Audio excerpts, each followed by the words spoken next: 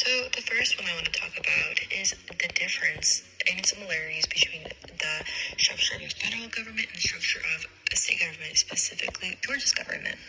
So let's talk about the similarities. So the similarities are that both the federal and the state government have three branches of government. So the types of branches are legislative, which is made up of House and Senate, and Georgia has its own, making their own laws, and the federal government has their own, making more of the nation's laws. So both make laws, declare war, regulate state and foreign commerce, and controlling taxes and spending policies. So the next one is the judicial branch, which both of them have, and this is basically how the court laws explain, how the courts decide what is for and against the Constitution. And the last one is executive, which carries out and enforces laws.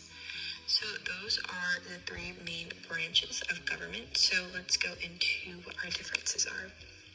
So the differences between the structure of federal government and the structure of Georgia's government is that when the federal government, they are not in charge of all 50 states, meaning they don't have all control of what all 50 states do. It's more of the states regulating what goes more on into their own states. So let's say that in the United States, the legal age to drive might be different for each state. So I know in Georgia, it's 16, but in New Jersey it's 17. So that's just based primarily on our own state. We have more regularities, where federal is more of like federal law, meaning like, more serious things, where Georgia has its own lawmaking, which I said they have their own legislative branch, which makes their own law. So yeah, and let's talk about who runs our governments. So the federal government is ran by Joseph Biden, who is currently our president right now. And then for our state government, that is going to Brian Kemp, who is our current governor right now. So now let's talk about tax and revenue. So regarding tax and revenue is this.